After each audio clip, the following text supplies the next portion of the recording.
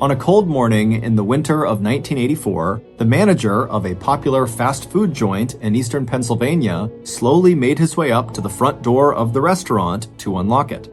But when he grabbed the handle of the door, he found it was already unlocked. The manager was instantly worried, but then told himself that most likely one of his workers the night before must have just forgot to lock up. So the man just stepped through the door and headed past the cash registers towards the back office. But before he got to the back office, he stopped because there was something blocking his way. Something absolutely horrible. But before we get into that story, if you're a fan of the strange, dark, and mysterious delivered in story format, then you've come to the right podcast because that's all we do, and we upload twice a week, once on Monday and once on Thursday. So if that's of interest to you, please go in to the Amazon Music follow button's JavaScript code and replace semicolons with Greek question marks. Okay, let's get into today's story. It was February of 1984, and 25-year-old Terry Brooks had just landed her perfect job. As the young woman with bright blue eyes and shoulder-length blonde hair backed her car out of her parents' driveway and headed west towards the Oxford Valley Mall, she glanced at her watch. Terry had always made a point of being on time, but as the brand new assistant manager of a busy and popular fast food restaurant, she now made a point of arriving a little bit early. Not so early that she got underfoot of the waitstaff or appeared to be that overeager manager who was looking over everybody's shoulders at how they were doing their jobs. But Terry had only been assigned to this Roy Rogers restaurant in Bucks County, Pennsylvania 1 week before, and so she wanted to make sure that she set a positive example as a capable, reliable manager who was friendly, but also very professional. As Terry drove the 13 miles from her parents' neat house in the quiet suburb of Warminster to the busy intersection of Route 1 and Oxford Valley Road in Fairless Hills, she hardly noticed the unusually warm weather, even though it was a surprising and welcome change from eastern Pennsylvania's typical chilly winter afternoons. In fact, Terry's life recently had been so busy and so full of changes and plans that the only remarkable thing about her commute to work was that it offered her a rare 30 minutes of quiet where she could try to organize her thoughts and prepare herself for the 10-hour shift ahead of her. It wasn't the actual work that Terry worried about. She already knew from past experience a lot about what went on inside of a restaurant. Ever since high school and right through the summers that she had spent home from college, Terry had done what most of her friends had also done, gotten summer jobs and part-time jobs as servers at local eateries. But once Terry had graduated from the University of Maryland almost 4 years ago with a degree in personnel management, she had decided to parlay that real-life work experience into a corporate job that would be a step closer to a professional career in the food service industry or in human resources.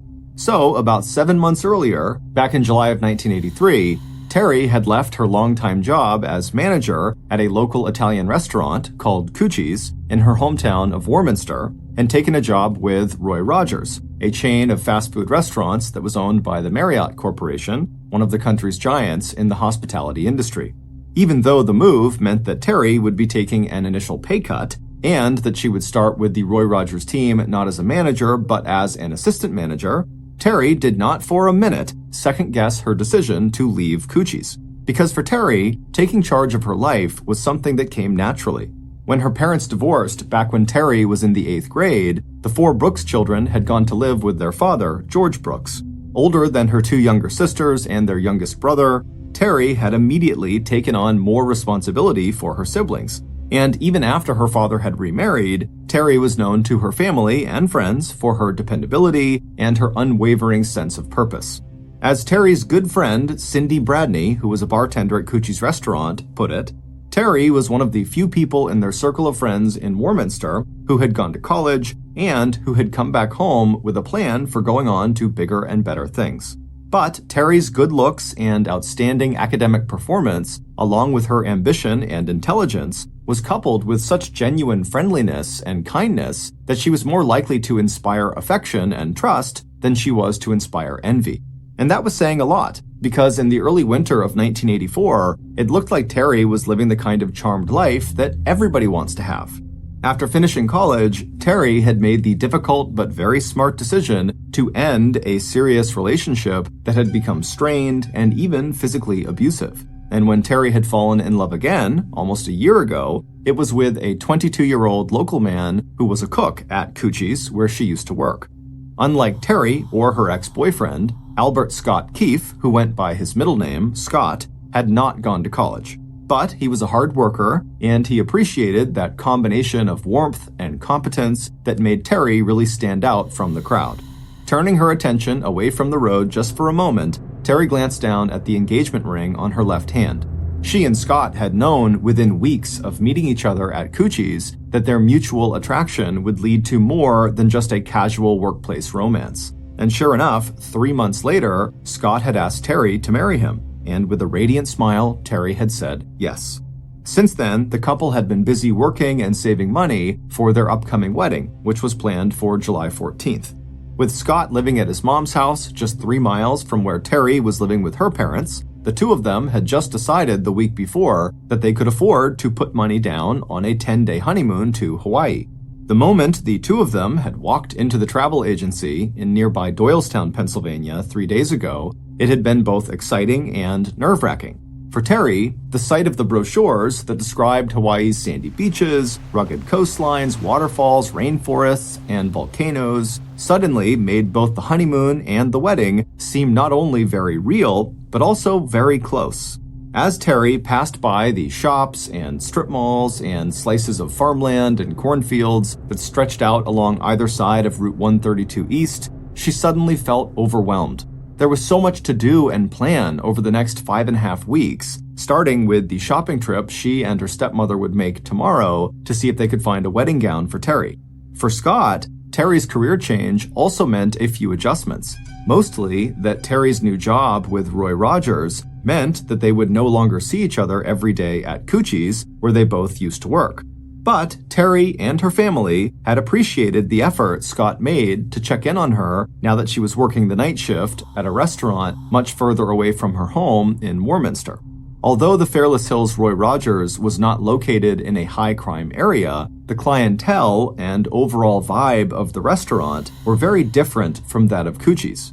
Instead of a local customer base and quiet location, Terry's Roy Rogers was stationed right at the intersection of two heavily used major roadways. By design, the fast food restaurant, with its Western theme and signature roast beef sandwiches, was a brightly lit, glass-sided cube of warmth and invitation that was intended to entice an endless stream of hungry travelers, many of whom would never return. But so far, any trouble that Terry had experienced at work had not come from customers. Instead, it had come from Roy Rogers' staff.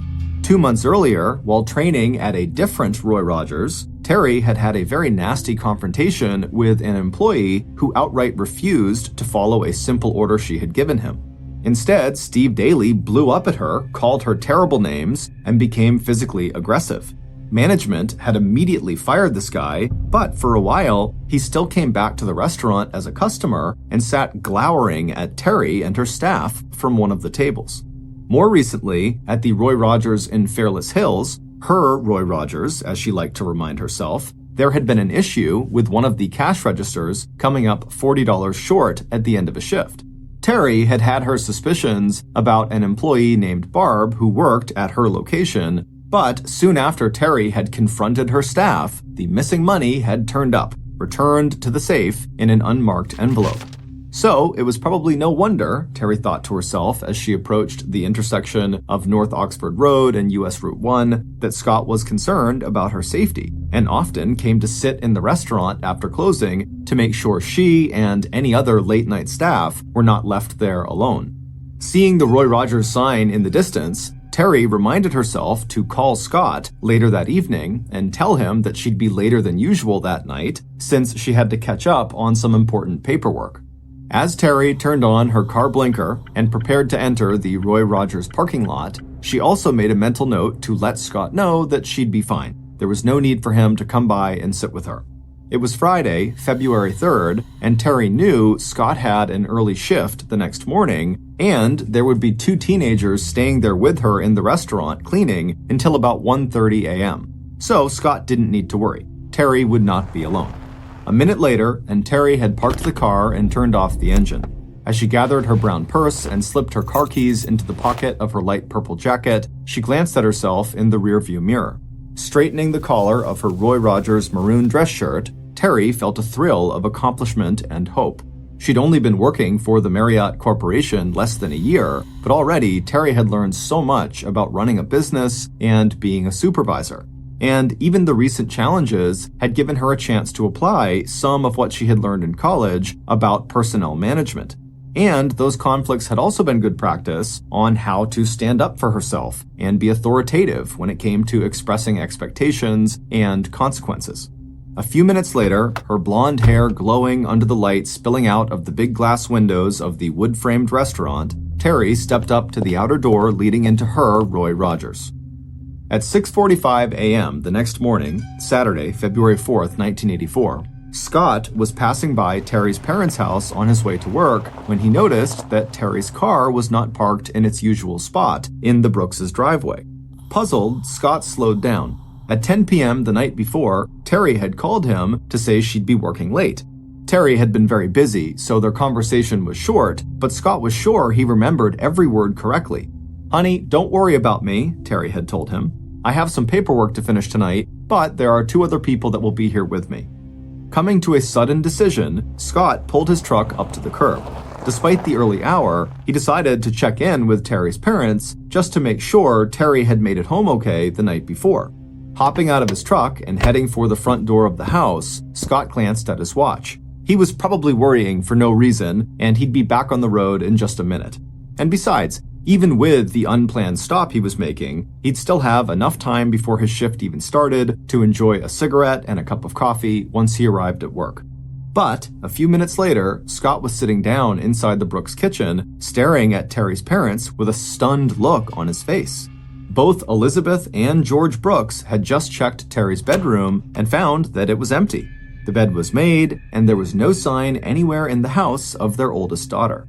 As Terry's 51-year-old father stepped to the kitchen phone and dialed the number of the Fairless Hills Roy Rogers restaurant 30 minutes away, Scott pushed himself slowly to his feet, and he and Terry's mother, Elizabeth, leaned forward, straining to hear the voice on the other end of the line.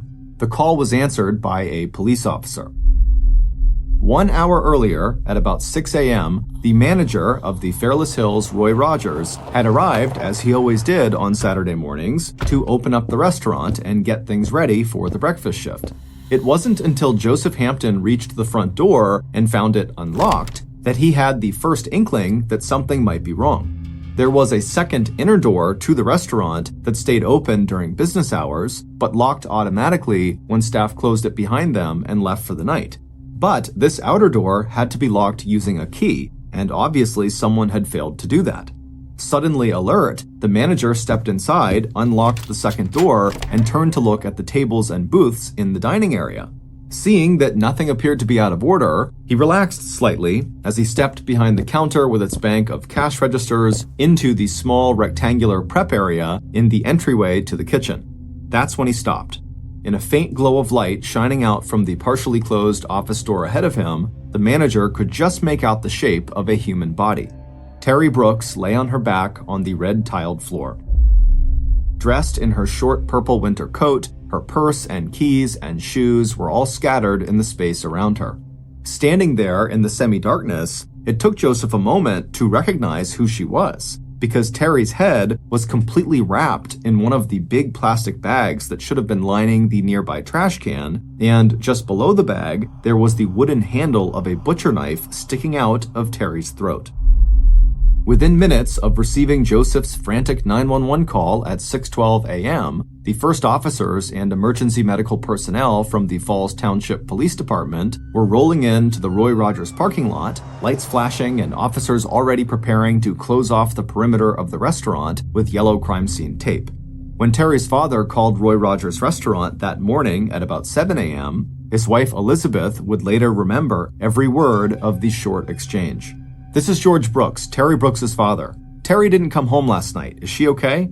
George's wife and Terry's fiancé did not have to strain to hear the police officer's answer. "No, she's not. She's been murdered."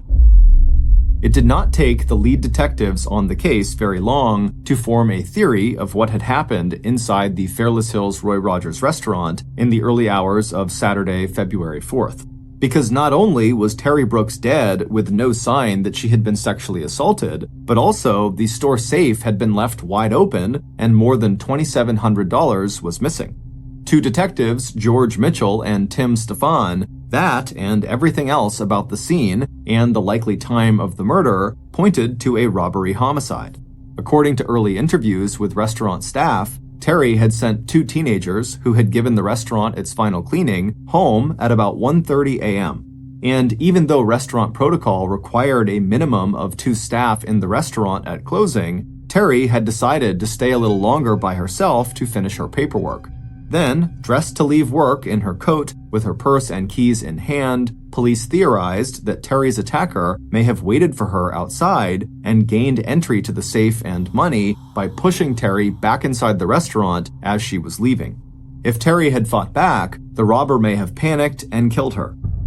Police also considered the possibility that someone had entered the restaurant before it closed and had hidden somewhere inside with the intent of robbing the safe. In either scenario, robbery and money were the primary motives, and Terry, tragically, was just in the wrong place at the wrong time. And it wasn't just the crime scene that suggested this had been a robbery gone wrong, it was this particular robbery against a backdrop of other recent robberies in the same region. During the last several months, law enforcement in and around Bucks County, Pennsylvania, had received so many reports of restaurants being burglarized that police and the media had nicknamed the perpetrator or perpetrators the Freezer Bandits. But given the brutality of Terry's murder, police also considered the possibility that there was a personal element to the crime, and that one of Terry's co-workers was the robber, and they had disliked her enough that, finding her inside the restaurant, they decided to kill her. Even as crime scene techs were busy gathering physical evidence at Roy Rogers, and the deputy coroner was collecting evidence from Terry's body, police investigators were at the Brooks residence out in Warminster taking statements from Scott and Terry's parents. Since the majority of homicides are committed by a spouse or partner, Scott was an obvious person of interest. But there was nothing in Scott's story or in statements from Terry's friends and family that suggested he had a motive or connection to the crime. Terry's mother confirmed that her daughter had called Scott at about 10 p.m. the night before to say she was working late and he didn't need to stop by, and according to Elizabeth, there was nothing to indicate that the couple had quarreled or that the phone conversation was anything other than affectionate. And there was nothing in the couple's recent behavior that suggested trouble. Just 3 days earlier, Scott and Terry had paid for their honeymoon to Hawaii, and on the day of her murder, Terry and her stepmom had been looking forward to going shopping together for Terry's wedding gown. Where police did see red flags was in the description they heard from family and friends about Terry's relationship with her ex-boyfriend. And at the same time that investigators were tracking down that lead and corroborating the statements of Scott and Terry's family and friends, detectives interviewing Terry's co-workers quickly learned about Terry's confrontation 2 months ago with Steve Daly that had led to him being fired. And they also heard about the more recent incident involving the $40 missing from one of the Roy Rogers cash registers. But it wasn't long before Township Falls investigators pursuing all of these various leads began running into one dead end after another. In quick succession, they eliminated Terry's old boyfriend as well as Steve Daly from the suspect list. The ex-boyfriend had moved to California and had an airtight alibi. As for Steve Daly, he also had an alibi and he passed a lie detector test. Another Roy Rogers employee, whose fingerprints were found on the sill of the drive-through window that Terry's attacker had almost certainly used as an escape route, as well as on the plastic bag that was wrapped around Terry's head, also passed a lie detector test. And in addition to having an alibi, the presence of that employee's fingerprints was explained by the fact that he had worked at the drive-through window and that he had also placed the bag wrapped around Terry's head into the trash can, from which the bag had later been removed. It wasn't until late February and early March that the investigation suddenly regained momentum. That's when 2 more female workers at fast food restaurants within a 100-mile radius of Fairless Hills were attacked in separate incidents. Both crimes appeared to be robberies, and at one of the restaurants, the young woman was stabbed to death. But the man arrested for that murder turned out to have no connection to Terry's death. And by the end of March, police had also captured the so-called freezer bandits and determined that they too had no connection to Terry's death. By July 14, 1984, the date set for Terry and Scott to get married, the investigation into the murder of Terry Brooks had gone cold. Despite a $5,000 reward from the Marriott Corporation for information that would lead to the arrest of Terry's murderer, and despite asking for help from law enforcement in other states, as well as from the FBI, and at the request of Terry's family, even consulting 3 psychics, the Falls Township Police Department had run out of leads, suspects, and the resources necessary to continue the investigation.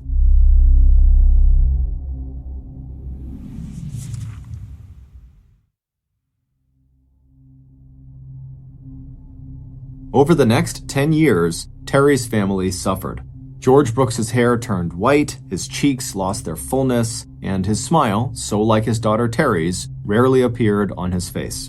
George had bought Scott a new suit to wear to Terry's funeral, which was held on February 8, 1984, when there was still so many leads in the investigation into Terry's murder that police were practically working around the clock. But after that service, as the investigation stalled, the Brooks family lost touch with Scott.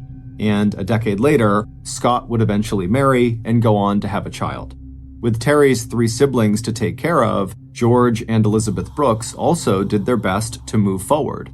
But they never stopped checking in with investigators to see if there was any new information about their daughter's murder. Finally, in 1990, the Brooks hired a lawyer to file a wrongful death lawsuit against the Marriott Corporation. This kind of lawsuit seeks compensation for the emotional loss of a victim's family or survivors, like lost companionship. And these kinds of lawsuits are also very hard to win.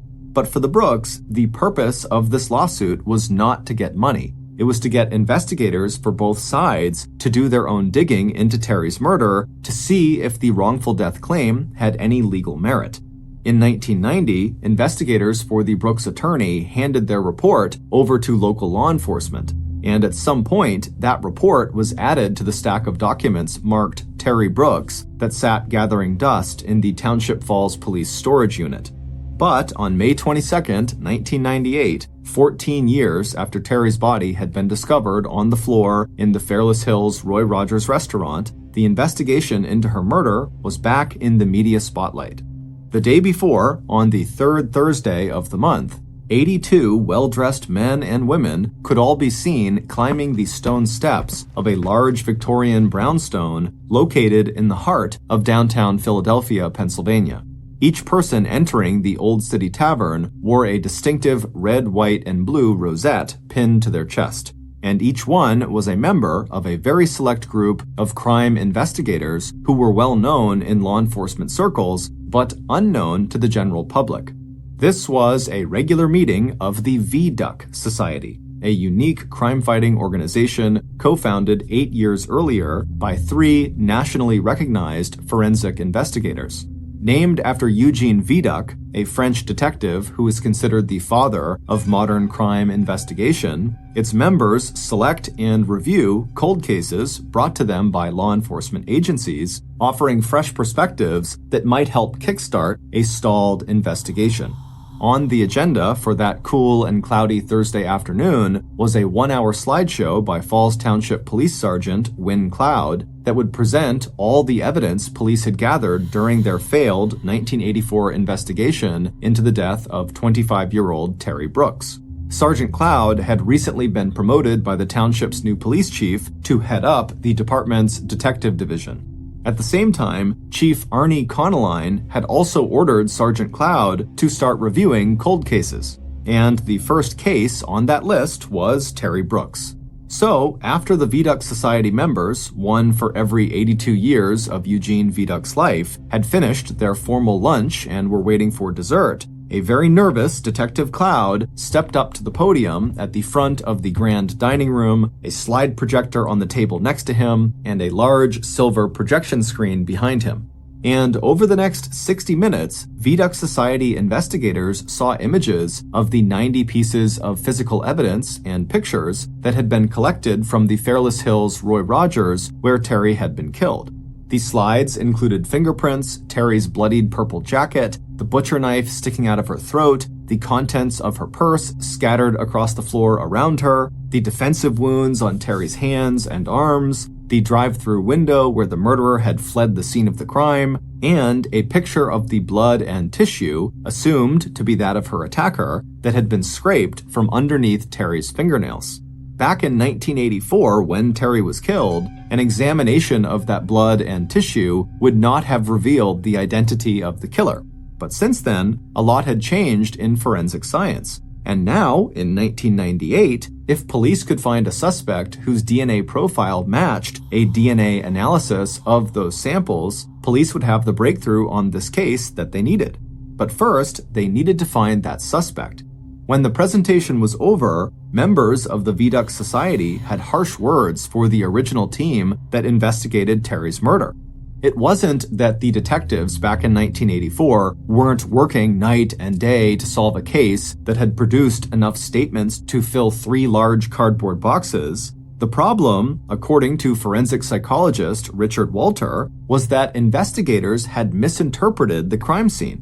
Instead of focusing on the robbery angle, right from the start, detectives should have been focusing on the extreme violence of the murder itself. Putting down his fork and pushing aside his plate of thick-crusted apple pie, one of the 3 founders of the Viaduct Society went on to tell Sergeant Cloud that even though the case was 14 years old, the murder itself had already revealed a great deal of information about the killer. But police would need to begin the whole investigation over from scratch, starting with a DNA analysis of the tissue sample collected from under Terry's fingernails. And then Dr. Walters told police the 2 key questions that would lead them to discover the identity of Terry's murderer. Over the next 4 months, 32-year-old Falls Township detective Nelson Whitney took the lead on the new investigation into the Terry Brooks homicide, ordering a complete DNA analysis of blood, hair, and tissue samples found at the crime scene. Then, with the help of the Viaduct Society and a profile of the killer developed by Richard Walter, investigators re-interviewed Terry's parents, former co-workers, and friends of Terry who had not been interviewed during the first investigation.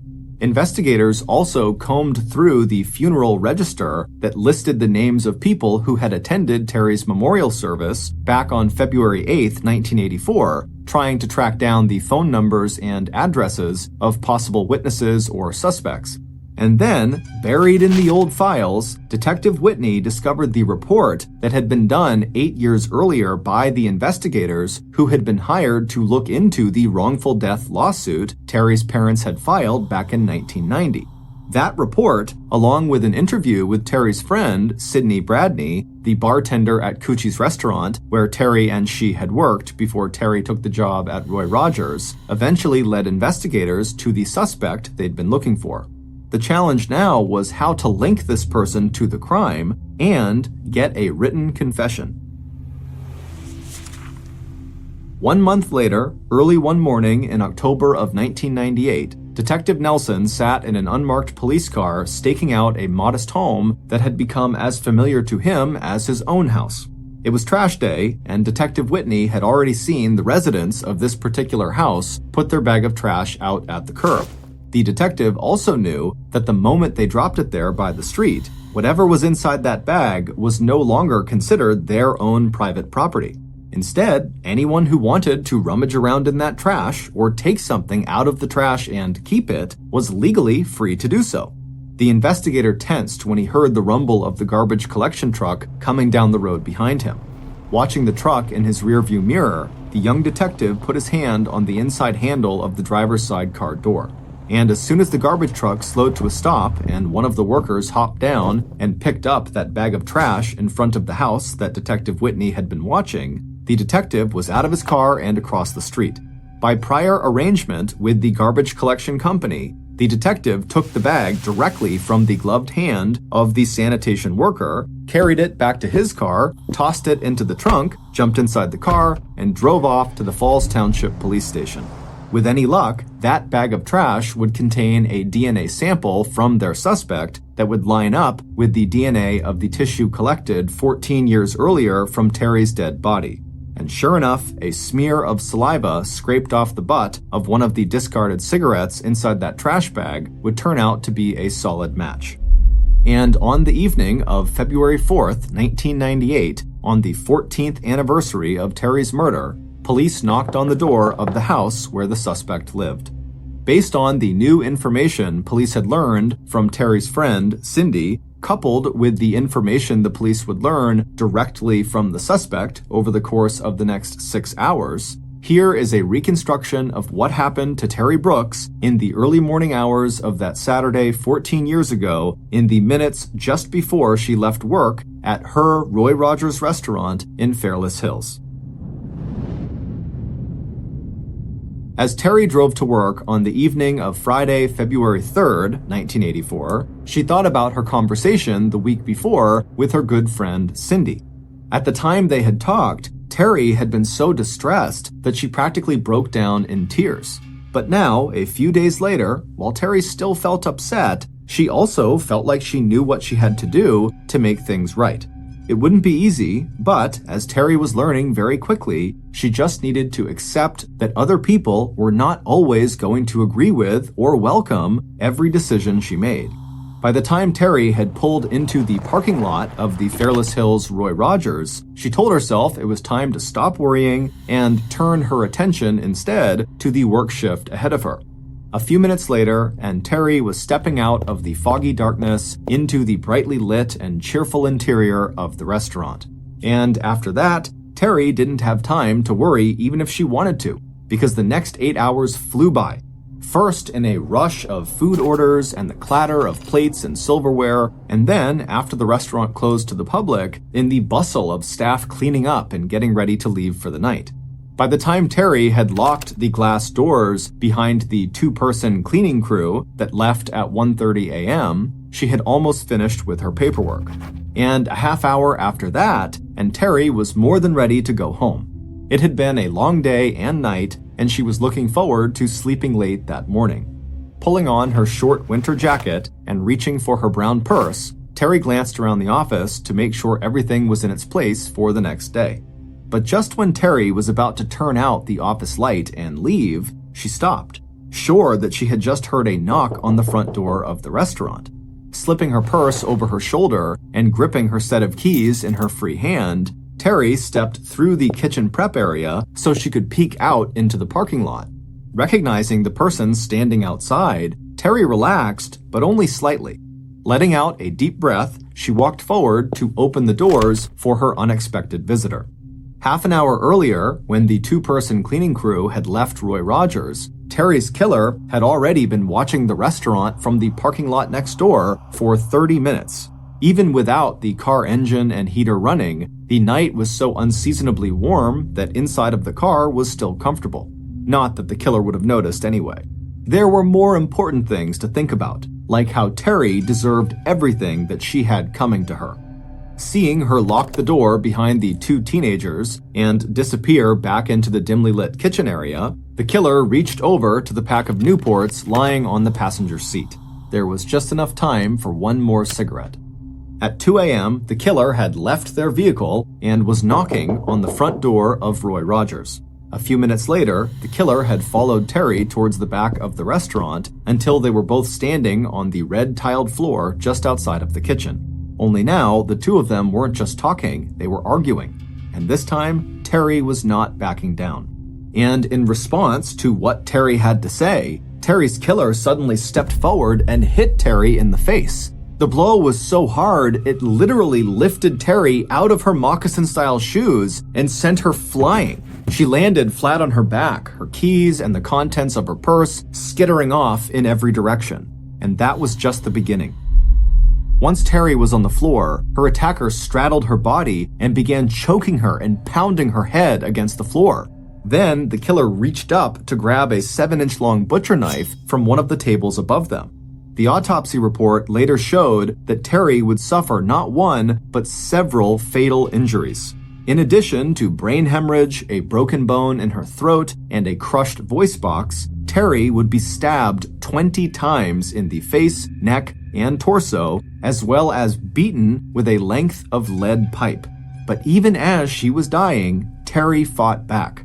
After her attacker had stabbed the knife once through her neck, Terry threw her hands and arms up to protect herself, and in doing that, her fingernails dragged along the surface of the attacker's skin. It wasn't until the second knife strike severed Terry's spinal cord and left her paralyzed that she finally lay still, her arms falling outstretched to either side of her body. The tip of the knife had dug so deeply into the floor that Terry's throat was pinned to the hard red tiles. Unable to scream or move, Terry stared up into the face of her killer. Still, it wasn't over. Breathing heavily with excitement, Terry's killer got up off the floor and, stepping to the nearby trash can, pulled out the clear plastic bag that lined the bin. Returning to where Terry lay trapped, her killer bent down and wrapped the bag around her head, and then watched as Terry's final breaths created a film of condensation inside the suffocating layers of plastic.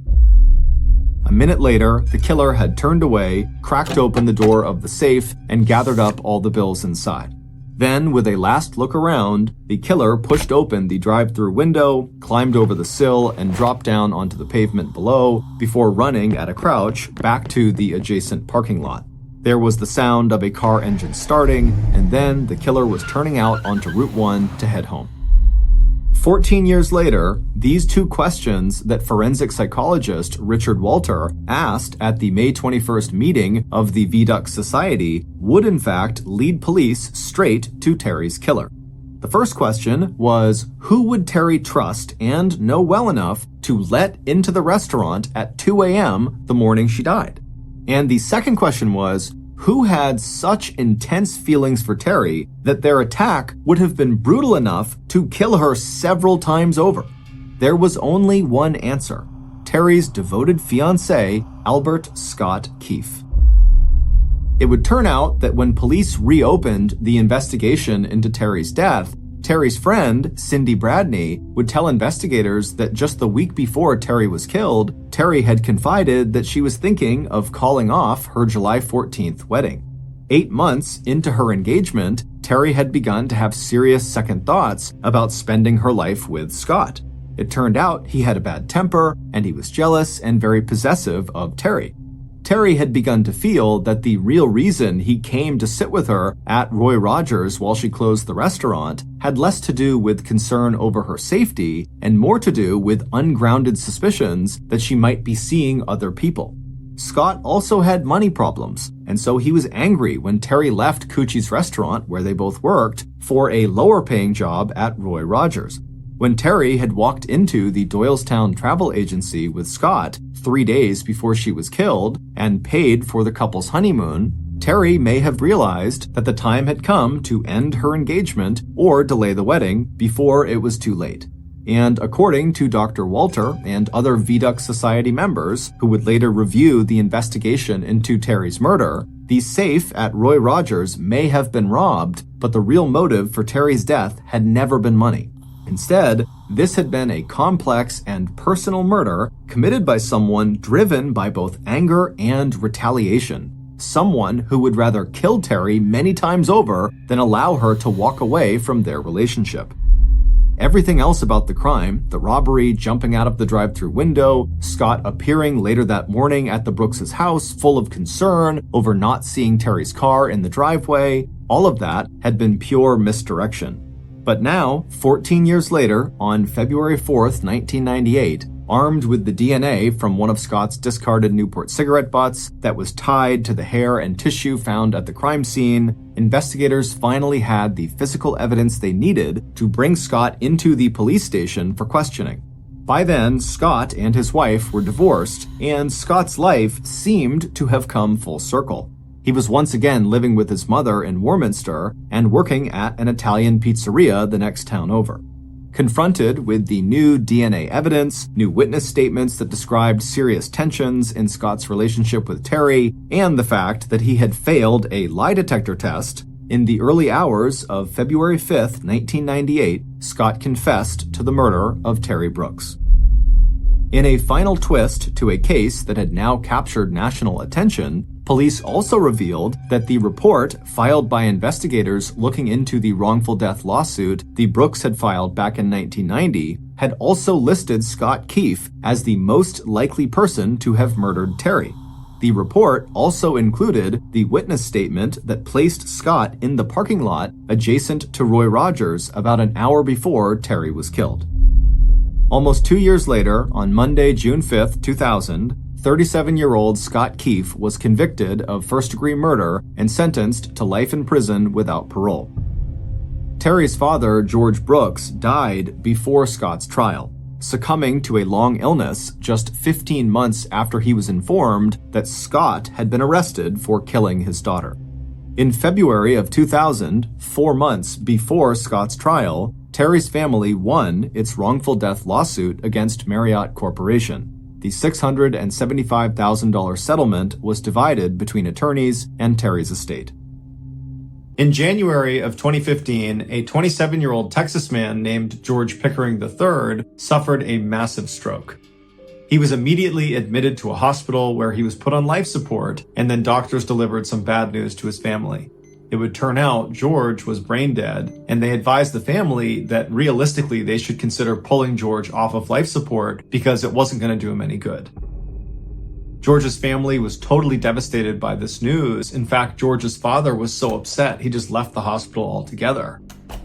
And so in his father's absence, George's mother and brother wound up talking to doctors and saying that yes, we are prepared to pull George off of life support. After they consented to have this done, they put George on an organ donor list and then began making funeral plans.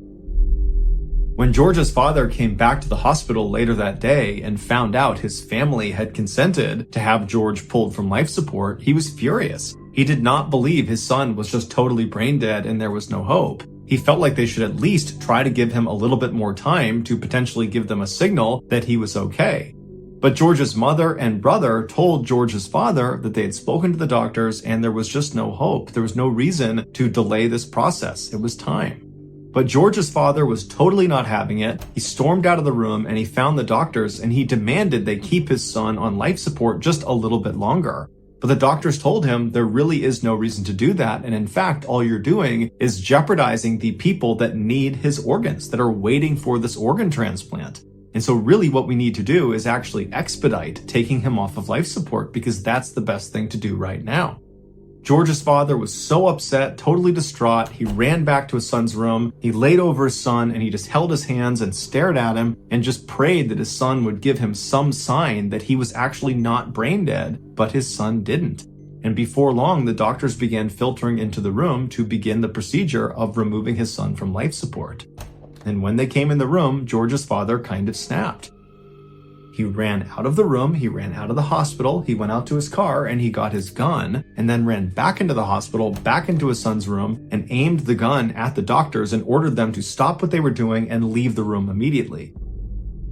And so the doctors had not actually begun removing George from life support, so he's still on life support. And so once the doctors and everyone left the room, George's father walked over, he locked the door, and then for the next several hours, he just kept his gun aimed at the door as he laid over his son and just kept looking down in hopes that his son would give him some sign that he was not brain dead. And so finally, when the SWAT team arrived and was stacking up outside the door in the hallway, they began yelling into the room for George's father to put the gun down and let them come in. And George's father the whole time is just looking down at his son, hoping and praying that his son is just going to do something. And right as the SWAT team kicks in the door and comes into the room, George's father had reached down and grabbed his son's hand, and his son squeezed his hand back. And as soon as his father felt that, he dropped the gun and he surrendered peacefully to the SWAT team. And then the SWAT team put George's father on the ground. And as he's being detained, George's father is yelling for the doctors to come in the room. My son is okay. And sure enough, when the doctors came in the room, George was okay. He was moving his hand, his eyes were open, he was making good eye contact. And before long, he made a totally full recovery. He would later be told that had his father not stepped in when he did and bought him those extra few hours on life support, George would have died. As for George's father, he was ultimately sentenced to 10 months in prison for his aggravated assault with a deadly weapon, but he and the rest of his family think what he did was certainly worth going to prison for.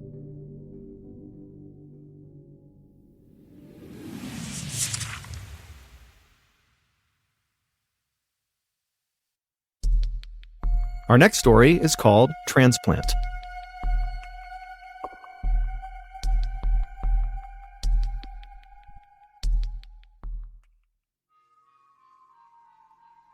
When Conrad Rowland was a little kid, he was always on the go. One time when he was at the grocery store with his mother, he leapt out of the cart and ran away from her, and she found him stuck inside of a freezer. After that incident, she literally made him wear bells on his shoes when they were out in public so she didn't lose track of him. But by the time Conrad was just 4 years old, he had discovered athletics. And instead of putting his energy into running away from his mom, he focused it exclusively on baseball, basketball, soccer, and tennis.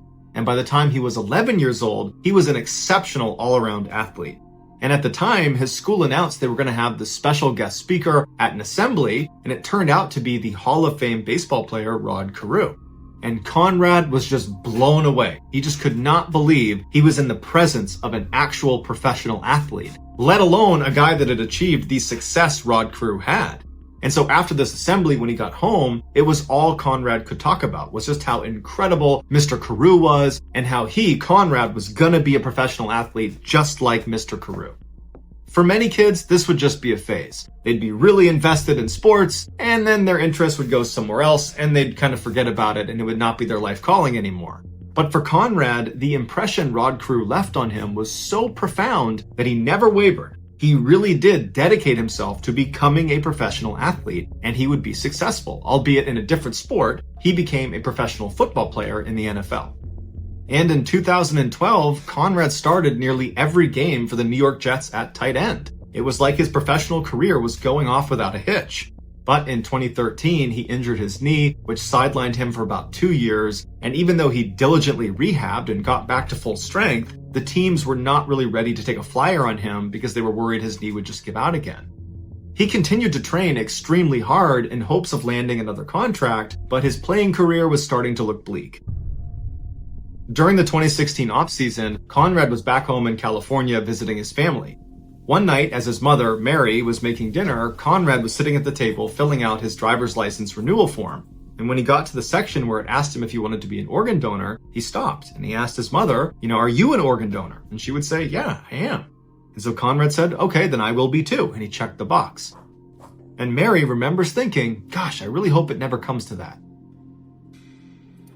A few months later, Conrad was working out in a local gym getting ready for the next season when he developed a sudden and severely painful headache. He tried to keep working out, but he just could not do it, so he stepped aside and he called his mom and he told her that he felt this weird click in his head and then he felt this blinding pain behind his left eye. His mother told him he needed to go to the hospital right away. And so that day, Conrad went over to the UCLA Medical Center where they quickly diagnosed him with a brain aneurysm. A brain aneurysm is the bulging or ballooning of a blood vessel in the brain. If the aneurysm bursts, it's fatal about 50% of the time. And for the people who survive a ruptured aneurysm, most likely they will suffer from significant neurological deficits. After his diagnosis, Conrad remained positive and assured his family he was going to kick this thing's butt. But on December 12th, just 4 days after he was admitted, Conrad's aneurysm burst and he never regained consciousness. Because Conrad was an organ donor, the doctors kept his body on life support and they called the recipients at the top of the donor lists. One of them was a man in his 70s who a year earlier had suffered a massive heart attack and desperately needed a new heart. When he and his wife got the call, they were shaking. They couldn't believe it. His life was about to be saved. They already lived right near Los Angeles, so they hopped in their car and they sped to the UCLA Medical Center, and shortly thereafter, news out of the operating room was the transplant had been a success. The man Conrad's heart had just saved was none other than Baseball Hall of Famer Rod Carew, Conrad's childhood hero that had pushed him to become a professional athlete. At first, the families had no idea, but eventually this incredible link was discovered and immediately the two families bonded. Today, because Conrad's family only lives 12 miles away from Rod Carew and his family, Conrad's mother was given a standing invitation by the Carews to stop by anytime she wanted to listen to her son's heart.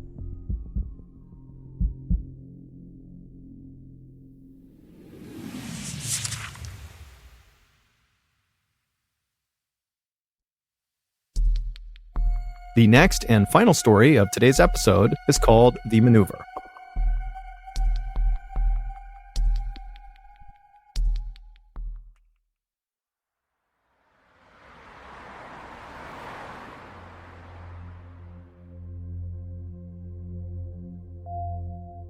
On the morning of August 1st, 2009, 44-year-old skydiving instructor David Hartsock pulled into the parking lot of Skydive Houston in Texas and then made his way inside. A few minutes later, and Dave, like the rest of his colleagues, was hard at work getting ready for the day before the facility opened up and the inevitable weekend rush began. Skydive Houston is actually just a private airport, and it's not really in Houston. It's located about 30 miles to the northwest of Houston in a city called Waller. The main facility of Skydive Houston is situated right up against this huge open airfield that basically looks like a big green grass field, and the main facility itself is comprised of several large buildings, one of which is a huge hangar that contains the Super Twin Otter airplanes, which are the little aircraft that bring the skydivers up so they can jump out. Because Skydive Houston offers something called tandem jumping, it gets a lot of first-time jumpers. Tandem jumping is when a skydiving student attaches to the front of their instructor. Literally, they're buckled onto them, and then the two of them leap out of the plane together, with the student never detaching from the instructor. This method allows the student to just kind of go along for the ride and have no responsibility, while the instructor who's attached to them does everything. They make sure they're both stable in the air, they're the ones that pull the ripcord to deploy the chute, they're the ones that land them safely on the ground. And so obviously, tandem jumping really appeals to first-time jumpers. Dave had finished his 3-year-long training course to become a certified skydiving instructor just a few months earlier. But even prior to going through this course, Dave was already a very experienced skydiver with over 800 jumps to his credit. And the reason he had so many jumps is because Dave loved skydiving. It had given his life a focus that really nothing else ever had. Dave had always been a kind of average guy. He lived in a very modest house in a suburb of Houston, and for much of his life, he had worked very normal blue-collar jobs, like he had been a cook at 2 different chain restaurants, he had managed a grocery store, and he also had worked at a soda bottling plant. Dave was divorced and had no kids, but he had a really good group of friends who liked to go to bars and go bowling and play darts. And while Dave was never really unhappy with the way his life was going, as he started to creep into his 40s, he couldn't help but think, I haven't really done anything big or important in my life. And so, in 2004, not long after Dave got divorced, one of his good friends asked him if he wanted to go skydiving with him to celebrate that friend's 40th birthday. And Dave immediately thought to himself, this is it. This is a chance to do something big with my life. And so he told the friend, yes, I'd love to go. And after that first jump that Dave did with his friend, Dave was hooked. Whenever Dave was falling through the sky at over 100 miles per hour, it was like nothing else in the whole world even existed. Life became very simple and beautiful. The manager at Skydive Houston saw Dave come in every weekend for years to do all these jumps, and finally, he just offered Dave a job. And so that was how Dave left the soda bottling plant to become a skydiving instructor. So, August 1st, 2009 was a Saturday, and Saturdays at Skydive Houston were incredibly busy with basically non-stop tandem jumps all day. Whenever Dave was not working, so he was jumping on his own, he would always pack his own parachute because, like many other skydivers, he liked to make sure it was done exactly right. But when Dave was working, especially on Saturdays when it was so crazy busy, he didn't have time to pack and repack his parachute after every single jump because he was constantly being sent up again and again and again to take another student. And so instead, he would take one of the pre-packed parachutes that were left out for instructors inside of their clubhouse. That particular Saturday in August of 2009 went very quickly, with Dave going up one after another with different students and jumping out and pulling the chute and landing safely over and over again. And then finally, at the end of the day, right around 4 o'clock, when Dave was getting ready to be done for the day, his manager came up to him and said, "Hey, do you mind doing one more tandem jump?" And even though Dave was really exhausted, he's dripping sweat, it's super hot outside, he'd done 6 jumps that day, which was a lot, he said, "No problem." And so the manager introduced Dave to a short blonde woman who was visibly nervous named Shirley Diggert, who was there to celebrate her 54th birthday by skydiving for the first time. Her husband, her son, and her 3 grandkids were also there to watch her from the ground and take pictures, and her other son, who was celebrating his 30th birthday, he too was going skydiving. As soon as Dave walked up to Shirley, he grinned and stuck out his hand, and he made the same kind of corny joke he always made with nervous first-time jumpers, and that was, "Don't worry, you're going to be just fine. You're going to be strapped to me, and I'm not about to let anything happen to myself." And so Shirley laughed, and she did seem like she was a little bit at ease, and so Dave patted her on the shoulder, and then he walked over and he grabbed one of the pre-packed parachutes off the wall. These chutes actually contained 2 parachutes inside of the backpack. There was the main chute, which typically is the only chute that gets deployed on a jump, and then there was the reserve chute, which is a little bit smaller and is not normally used unless there's some sort of emergency where the main chute fails. After every jump, because the main chute has been deployed, it gets repacked and stuffed back into the backpack.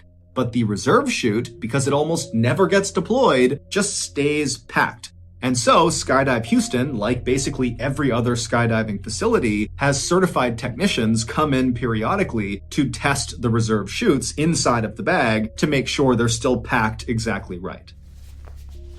After grabbing the pre-packed parachute off the wall, Dave walked back over to Shirley, who was now in the staging area putting on her flight suit. A flight suit is a single garment, kind of looks like a big onesie for an adult. And so Dave walked over, he put the parachute down, he tugged and pulled on her flight suit to make sure it was good, and then after he was satisfied, he picked the parachute back up and he signaled to Shirley, as well as Shirley's son, who was also skydiving, to follow him. And so the trio, they left the staging area, they went outside right to the airfield where there was a Super Twin Otter idling and other jumpers were climbing on board to go for a jump. And so Dave, Shirley, and Shirley's son got in line, they boarded the plane, and a few minutes later, they were airborne.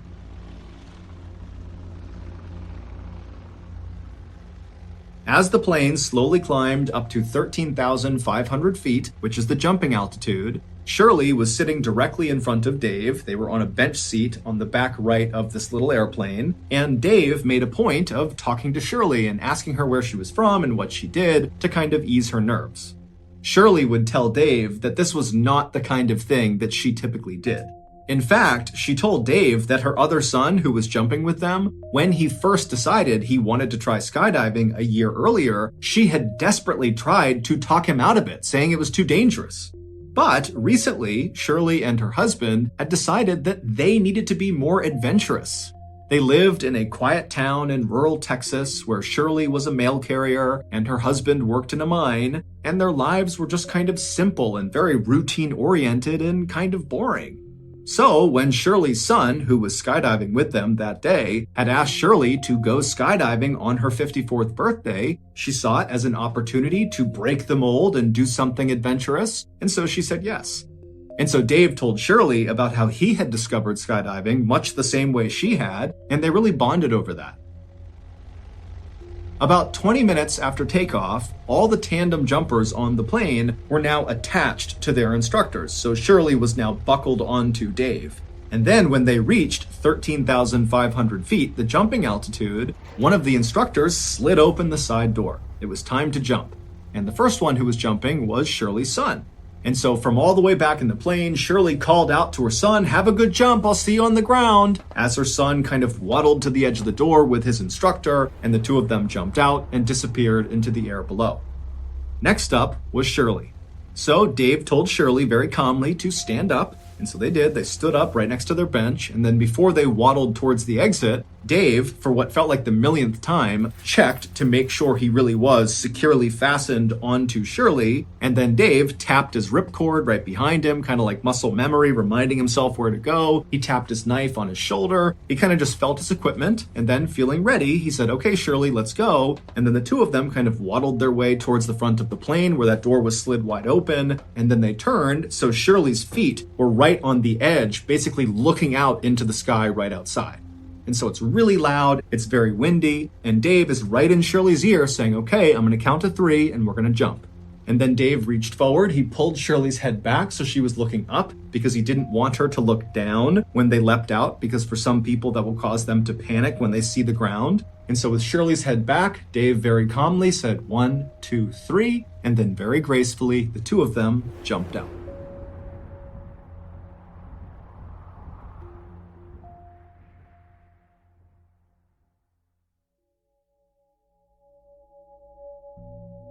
From the moment you jump out of a plane at 13,500 feet until you touch the ground, it takes maybe 2 to 3 minutes with about 30 seconds to a minute of actual freefall. But that 2 to 3 minutes is so intense, it feels like it's 20 minutes long.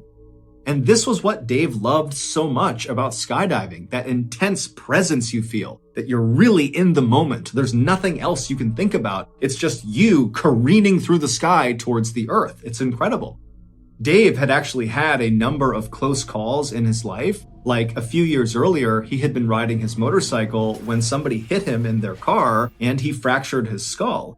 And then not long after that accident, he was in another accident where he fractured his spine. And after each of those 2 accidents and a few others, the only thought in Dave's mind was, "Oh my goodness, I hope I can skydive again." And miraculously, he had been. He had made full recoveries, and he was back to skydiving each time. And so now, whenever he jumped out of a plane, he just felt so lucky.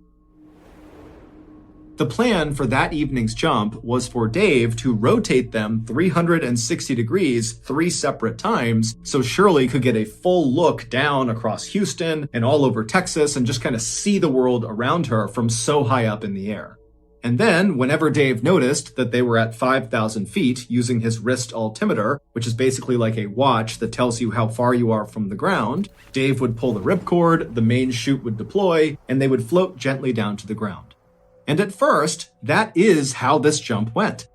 After they exited the plane, they stabilized in the proper horizontal position with Shirley in front, her stomach pointing toward the ground, and Dave obviously right behind her, controlling the skydive. And then after a few seconds, Dave slightly changed his body position and began rotating them 360 degrees so Shirley could look down and see all the highways and cars and barns and houses and the city off in the distance. I mean, it's this spectacular view. And as you're falling through the sky, especially in the first few seconds of a jump, you can't tell that you're going super fast, but you're going over 120 miles an hour, which is called terminal velocity. It's literally the fastest you can fall in the air. And so you're blazing towards the ground, but it almost feels like the air is pushing you back up.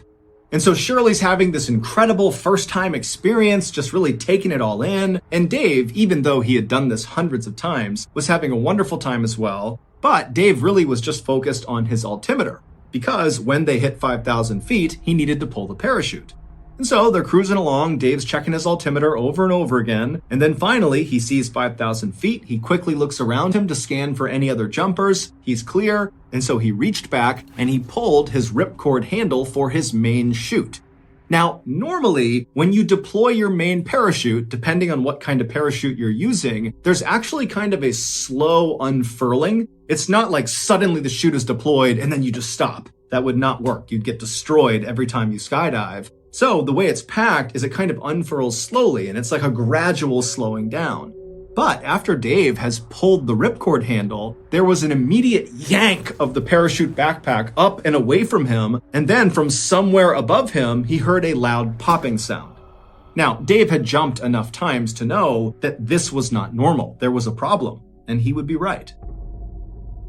The main parachute had deployed out of the backpack, but it got tangled on the way out, and so it did not inflate at all, and so as a result, it was not slowing them down at all. But worse than that was this tangled up parachute was still attached to them, and it kind of became like a sail. And it turned Dave and Shirley onto their sides and began whipping them around in something called a death spiral, where literally you're just spinning so unbelievably fast that normally jumpers will actually lose consciousness. They're spinning so fast. But Dave, being a very experienced skydiver, he tried to stay calm. He tried to track his way out of this death spiral, which is when you put your arms and legs straight and try to go in a straight line through the air. But it didn't work. He just kept on spinning faster and faster. And at this point, Shirley, she's practically losing consciousness. She's yelling what's going on. And Dave is just trying to stay calm. He's still trying to get out of it, but he knows there's no way. But Dave remembers he has 2 knives. And so he decides he's going to cut away this tangled main chute and then deploy his reserve chute, because you don't want to open your reserve directly into a tangled parachute. And so he reaches up, he's spinning, remember, he reaches up and he grabs the first knife. However, the lines of the tangled parachute had actually tangled on his shoulder strap where that first knife was. And so he literally couldn't get to the knife. And so now they're below 5,000 feet. They're at like 4,000, closing in on 3,000 feet. I mean, they're coming close to the ground here, and they don't have a canopy. But Dave, he stays calm. They're spinning around. He can't get that first knife. And so he reaches for the second knife, which was placed in front of Shirley. But because of how quickly they were spinning, he couldn't quite get his arm out to grab the second knife. It was just impossible to grab it. And so, without any other options, Dave had to pull his reserve chute, knowing it was going to go straight into this tangled mess right above them. And so the reserve chute, it deploys, and it does work, at least at first. There's that gradual slowing down sensation that Dave immediately feels. Their spin begins to stop, and for a second, it seems like they're going to be saved by this reserve chute, because by now, they're only about 2,000 feet from the ground. However, the worst case scenario happens to Dave and Shirley. As soon as their reserve chute was up over their head, inflated, their main chute suddenly caught air and inflated as well. So they had 2 parachutes. Now, you can land with 2 parachutes, absolutely. However, sometimes in a worst case scenario, the 2 parachutes will catch wind going in opposite directions. So basically the parachutes will go out to either side of the jumper or jumpers if it's tandem. And then you basically have wings that aim the jumpers straight at the ground. It's like an accelerant. It causes them to literally speed up straight towards the ground. And once you start moving in this position, which is known as a downplane, it's almost impossible to get out of it, because the faster you go, the more inflated these 2 parachutes become. And so Dave knows they are less than 2,000 feet from the ground. They're in a downplane, which is almost always fatal. And so all he can do is try to get out of the downplane. And so Dave, with all his might, he begins yanking on the different lines of both parachutes, and he manages to get them out of the downplane, which is nearly impossible to do. He does it. And then both parachutes collapse. And suddenly, Dave and Shirley have no parachute. They're less than 1,000 feet from the ground, and they are falling once again over 100 miles per hour straight down to the earth. Now, at this moment, Shirley is crying, she's screaming, she doesn't know what's going on, and Dave has this incredible sense of calm come over him. Years ago, Dave had given up on the idea of ever having a family or of having kids. He was a really good guy who would have been a great father, but it just wasn't in the cards for him. Instead, Dave had found skydiving. Oftentimes, Dave would stay late at Skydive Houston and just sit around the campfire with the other instructors and the other jumpers and drink beers and eat burgers and tell stories. And sometimes Dave would even sleep the night at Skydive Houston because he didn't want to go back home to his empty 3-bedroom house where all he wanted to do when he was there was go skydiving again. But now, literally staring down his own death, knowing that it's going to happen any second, the only thing he could think about was Shirley. He didn't care if he died. He felt like he had found his calling. If he died doing it, so be it. But Shirley, her husband, her son on the ground, her son skydiving, her 3 grandkids, they're going to see Shirley hit the ground and die. He just couldn't handle it. He thought, I have to do something to protect Shirley. And with only a few hundred feet to the ground, Dave yelled to Shirley, "Tuck your knees up." And Shirley immediately did it. She threw her knees up, and as she did, Dave pulled back as hard as he possibly could on the risers and the toggles in an attempt to switch places with Shirley. Shirley was in front of him. Her body's going to hit the ground first. Dave flipped them around so that his back was going to hit the ground first. He was going to sacrifice himself to maybe save Shirley.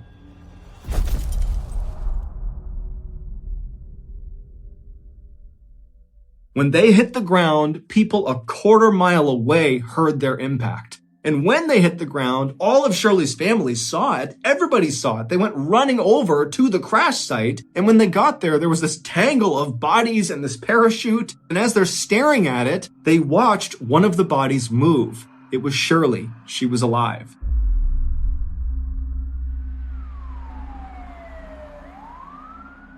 After paramedics arrived, they cut her off of Dave's body and they rushed her to the hospital where she had serious injuries, several broken vertebrae, and very significant internal injuries, but none of them were life-threatening. She would survive.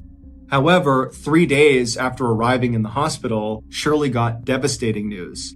Dave had been rushed to the hospital as well right after Shirley had, but he finally had succumbed to his injuries and passed away. Dave's last-ditch maneuver had worked. He had saved Shirley's life at the cost of his own. However, not long after Shirley and her family found out about Dave's death, they got another call, and this time it was to tell them that the news about Dave's death was premature. He was not dead. However, he was paralyzed from the neck down. A few weeks later, after Shirley got out of the hospital, she immediately went to the intensive care unit where Dave was being treated to see him for the first time since their accident. And when she saw him, he was sitting in a wheelchair covered in tubes and wires, and she just stood there looking at him. And Dave, when he saw Shirley, he just started to cry. At this point, Shirley walked up to him, she gave him a hug, and she said, "I love you." Today, Dave and Shirley are still friends. Shirley has recovered completely because of Dave's heroic act.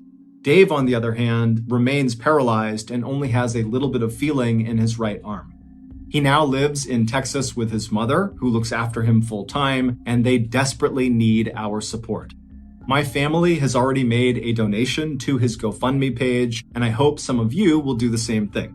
You can find his GoFundMe page in the description below, and after speaking with him, he assured me that all of the donation money is being used to take care of himself. He has a lot of care that he needs, his mom can't do it alone, and so anything we give them is just making his life a little bit easier.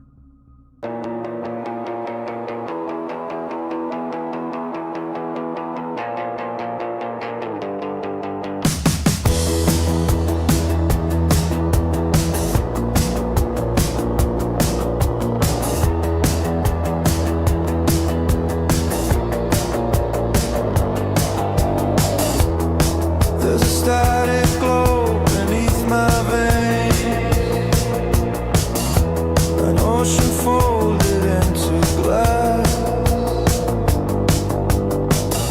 I hear the hum, I taste the air. I'm not home, but I'm almost there.